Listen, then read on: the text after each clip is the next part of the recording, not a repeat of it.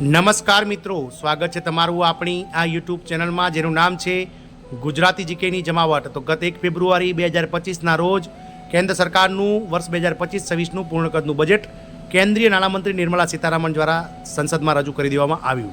ત્યારબાદ હવે વિવિધ રાજ્ય સરકારો પણ પોતાના રાજ્યના વિધાનસભાઓમાં પોતાના રાજ્યનું પૂર્ણ કદનું બજેટ વર્ષ 2025-26નું રજૂ કરે છે।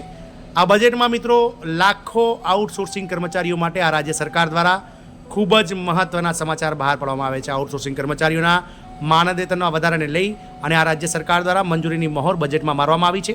સાથે જ મિત્રો જે આંગણ આઉટસોર્સિંગ કર્મચારીઓ છે જેઓનું સંખ્યાબળ રાજ્યમાં અલગ અલગ વિભાગોમાં લાખોની સંખ્યામાં છે, તેમના માટે આ રાજ્ય સરકાર દ્વારા 5 લાખ રૂપિયા સુધીની જે કેશલેસ મફત સારવાર એટલે કે મિત્રો વીમાની સુવિધા પણ મેડિકલ સુવિધા પણ આપવાની જાહેરાત કરવામાં આવી છે। જાણીએ વિડીયોમાં વિગતવાર કે હાલમાં ચાલી રહેલા બજેટ સત્રોમાં કઈ રાજ્ય સરકાર દ્વારા વિધાનસભામાં બજેટ દરમિયાન આઉટસોર્સિંગ કર્મચારીઓ માટે આ 2 લાભો જાહેર કરવામાં આવે છે, તેને લઈ અને વિડીયોમાં વિગતવાર ચર્ચા કરીએ। તો વિડીયોના અંત સુધી આપ બન્યા રહો।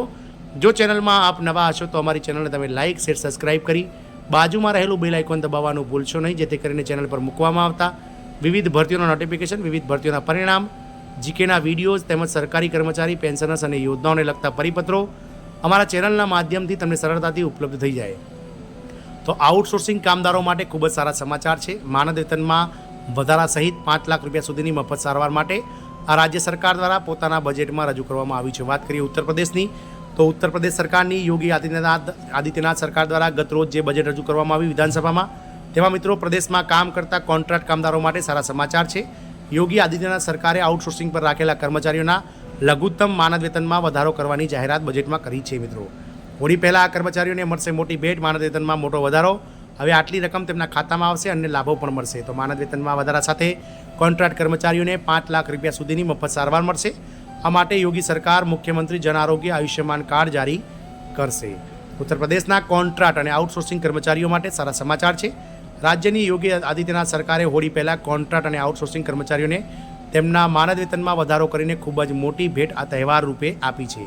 હકીકતમાં 20 ફેબ્રુઆરીએ રજૂ કરાયેલું ઉત્તર પ્રદેશ રાજ્ય સરકારનું બજેટ 2025-26માં સીએમ યોગી આદિત્યનાથે કોન્ટ્રાક્ટ અને આઉટસોર્સિંગ કર્મચારીઓના માનદ વેતનમાં 4,000 રૂપિયાનો વધારો કરવાની જાહેરાત કરી છે। આ અંતર્ગત હવે આઉટસોર્સિંગ અને કોન્ટ્રાક્ટ પર કામ કરનાર કર્મચારીઓ કે જેમને દર મહિને ઓછામાં ઓછા 16,000 રૂપિયા પહેલાં મળતા હતા, તેમાં 4,000નો વધારો કરી અને 20,000 રૂપિયાનું માનદ વેતન આ કર્મચારીઓને સરકાર દ્વારા ચૂકવવામાં આવશે। હાલમાં રાજ્યમાં વિવિધ સરકારી વિભાગોમાં કુલ 1,91,644 કોન્ટ્રાક્ટ અને આઉટસોર્સિંગ કર્મચારીઓ કાર્યરત છે। આમ 1,91,000 જેટલા કર્મચારીઓને આ માનદ વેતનમાં સરકાર દ્વારા બજેટમાં 4,000 રૂપિયાનો વધારો જાહેર કરી દેવામાં આવ્યો છે।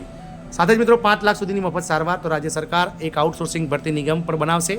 આના દ્વારા તમામ સરકારી વિભાગોમાં ભરતી પ્રક્રિયામાં પારદર્શિતા આવશે અને ખાનગી એજન્સીઓની મનમાની બંધ થશે। એજન્સીઓનું કમિશન રાજ્યના હાથમાં રહેશે, જેનાથી કર્મચારીઓને સંપૂર્ણ પગાર મળી શકશે। કોન્ટ્રાક્ટ કર્મચારીઓને 5 લાખ રૂપિયા સુધીની મફત સારવાર મળશે। આ માટે યોગી સરકાર મુખ્યમંત્રી જન આરોગ્ય આયુષ્યમાન કાર્ડ જારી કરશે, જે કોન્ટ્રાક્ટ કર્મચારીઓ અને તેમના પરિવારોને તબીબી સુરક્ષા પૂરી પાડશે। રાજસ્થાન સરકારે પણ માનદ વેતનમાં વધારો કર્યો છે। અગાઉ ગત 19 ફેબ્રુઆરીએ વર્ષ 2025-26નું બજેટ રજૂ કરતી વખતે રાજસ્થાન સરકારે પંચાયતી રાજ અને શહેરી સંસ્થાઓના જનપ્રતિનિધિઓના માનદ વેતનમાં 10% વધારો કરવાની જાહેરાત કરી હતી।